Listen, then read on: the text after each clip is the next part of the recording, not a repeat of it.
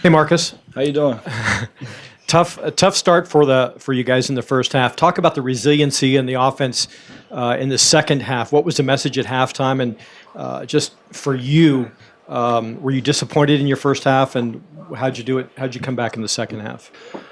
Yeah, I mean, the message at halftime was just one play at a time.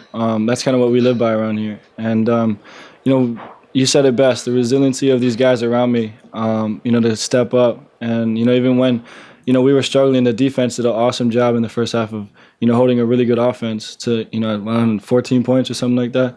But, I mean, again, the coaches just told us one play at a time, and we were just able to kind of get in a rhythm, and we were just able to put points up. Right here, front center. Absolutely. It just seems, no matter what the circumstance, you seem almost unflappable. How do you stay so relaxed no matter what the situation is? I think it's just a combination of my upbringing and really just the coaches having all the faith in me, and I feel that I kind of feel that confidence, and really it's just I understand that whatever play that happens. You just got to move on, and it's in the past, and if you can make the next play better, then that's what your focus should be. Ralph? They're pretty chippy in the first half. Zumwalt was all over the place. You gave him that little tap on the helmet after he hit you out of bounds. Do you feel like you guys did anything to kind of take the mustard out of them in that regard after halftime? I mean, did you get under his skin at all by doing that, kind of not retaliating? I don't know. I just try to keep my head, and even the guys around us did an awesome. I mean, my guys, these guys in the locker room did an awesome job just keeping their head. They did come after us a couple times, and for our guys to kind of hold their character really says a lot about this team. And no matter what, we understand that if we just take care of what's on the field, we can block out all the other stuff. And really, we were just able to just put a few drives together, and we ended up doing well in the second half. Get held to fourth and something, and then they pull this fake punt off. What does that do to kind of regenerate or to create some enthusiasm when the offense gets the ball right back after a big play like that? Right. This game is very it depends a lot on our momentum, and that play that happened was a huge momentum booster for us, and we kind of took it in stride. The defense was playing well, and we just understood that we just got to make the most of it. It was one of those opportunities that Coach gave us. Rodney was able to break it all the way down to the 5. We just knew if we had punched it in, that would take a little win out of their sails. So we understand it is a momentum game, but it is huge when special teams can make plays like that. Way back in the back. How much momentum did you guys on offense take from what the defense was doing in that second half? Yeah, I mean, the defense did an unbelievable job. We were able to they were able to kind of bail us out a few times, and we kind of built on their enthusiasm, and really those guys did an awesome job all night, and they deserve all the credit. You had some very methodical drives, but also times you went with tempo. How would you describe the way you mixed up tempo? Did you feel like you were able to wear them down with tempo at all? Did you go fast enough at any point to do that? Yeah, I think after the touchdown where we were up by 7, we kind of felt that we could tempo them a little bit. Those guys were getting tired, and we were just able to kind of put a few drives together, especially using our tempo. We understand that that is one of our greatest allies, and we're going to use it to the best of our abilities. So the guys were able to just kind of push through. It did get tough a little bit, but honestly, the guys did an awesome job, and we were able to just kind of put some drives together. Marcus, if you take away Marshall's 40-yard TD run, you came out of the gates running the ball not as well as he have. He had Dad in there for a while, and then Marshall and Tyner really took off in the second half. What was the difference? Why were they able to, Marshall and Tyner, able to take over there? And what was the reason why Dad couldn't really get off tonight? I think all in all, the offensive line, especially in the second half, really started coming off the ball. And, Thomas and Byron were able to find some holes. But honestly, I think UCLA was just they're playing a little, off. They're playing off a little bit in the second half. And our offensive line knew that, and they took advantage of it. And, DeAnthony is a special player. We're going to get him the ball as much as we can. He's going to make some plays, and we're looking forward to him being back on there. Front and center. Hey, talk about Byron Marshall. He's been doing great. Obviously, Dat went out after the first half and kind of stepped in. How good of a job has he been doing stepping in for those big shoes? He's done a great job, especially just stepping up. When his number's been called on, he's made the most of every single opportunity, and that guy's a great example of resiliency. Even though he was kind of getting held up a little bit in the first half, he just kept plugging through, and it really just kind of opened up some holes not only for him but for Thomas. And I think that guy's done an awesome job. He's been very impactful for our offense. Far side of the back. For you, emotions at halftime, what do those feel like being that close, and what was the message being relayed by the coaching staff? I mean, it was just like a regular halftime. We understand that this conference is tough. I mean, you're going to go in every single week getting the best of, any opponent you play. And there was no any signs of panic. Guys were relaxed. We understood that if we just take it one play at a time, we'll be able to get things rolling again. And that's what happened. The defense played well all night. And, we're just kind of able to put a few things together, and we really got in the rhythm after that.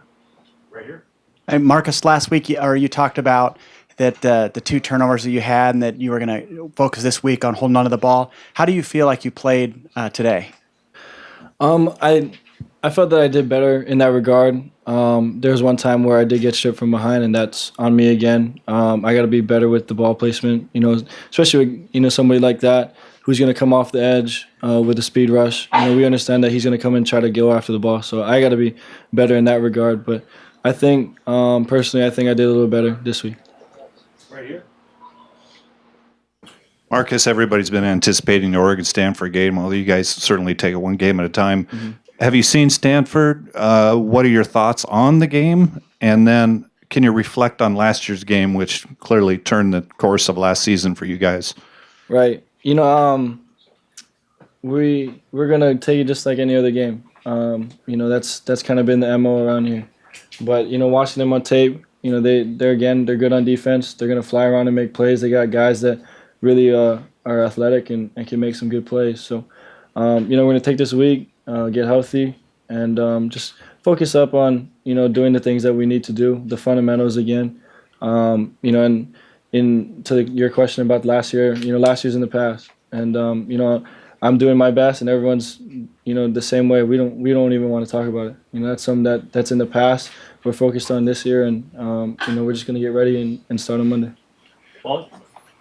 Marcus, if UCLA's defense and their physicality didn't surprise you, how did it at least impact what you were doing and how you were going to try to go about doing it?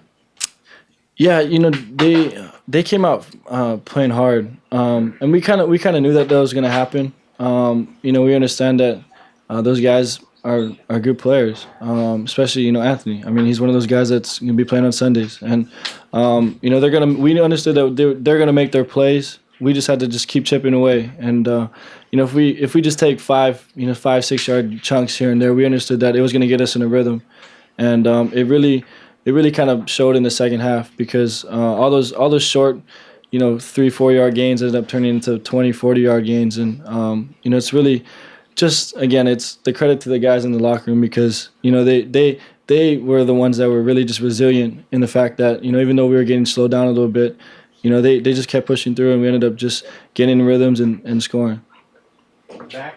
Hey, Marcus, about back to the fake punt. I mean, what was your view of it on the sideline? Could you believe it was so wide open?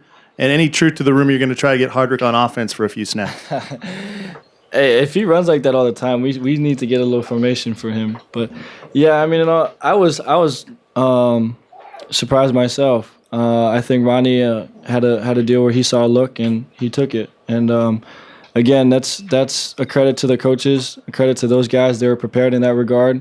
And, it was a huge momentum swing for us. And it really just allowed us to kind of take back a little momentum from UCLA. They got a touchdown and they got a quick stop. And, for Rodney to be able to do that, make that play, that was huge for us.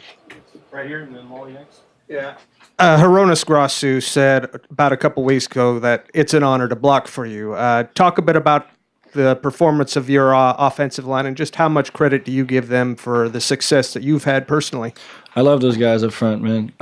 They've done an unbelievable job all year, and it showed in the second half. They kept me off the ground, and they were opening up huge holes for Byron and Thomas to run through, and those guys are a fun bunch. I love playing with them. And in all honesty, it's an honor to play for them. Harona said that was very nice of him, but those guys are really the key to the offense, and without those guys, we wouldn't be able to do what we can. You've got a bye week and then a short week and then Stanford. Does all of that help? Chip used to call bye weeks improvement weeks. What do you guys do in the bye week, and then how do you prepare for Stanford in a short week plus all that extra time? Right. Like you said, it's an improvement week. A lot of these young guys are going to get a lot of reps. Some of these reps that they haven't been able to get during the course of the season, and it's fun to see some of these younger guys go through it. Grow a little bit, and then it's also a time for guys to just kind of get ready. In the school standpoint, this is a good week for guys to get ahead, and then like you said, it's a short week to Stanford, and we're just going to take it like any other game, just one day at a time. We come back Monday and just go from there. One more. Last one. Marcus, I know you said Stanford's in the past, but I know after that game talking to you, you were pretty hard on yourself. Right. Did you allow yourself to think about that game in the off season and in the early part of training camp this year, thinking that, okay, this is how I want to play against these guys better. This is how we need to play against these guys better offensively? Yeah, during the off season, there was times where I didn't go over the game. But once the training camp started, that year's in the past. I'm not trying to beat around the bush with this question. I'm in all honesty, it's in the past. It's a new season for us, and we're gonna approach this game just like any other one, and it's gonna start on Monday.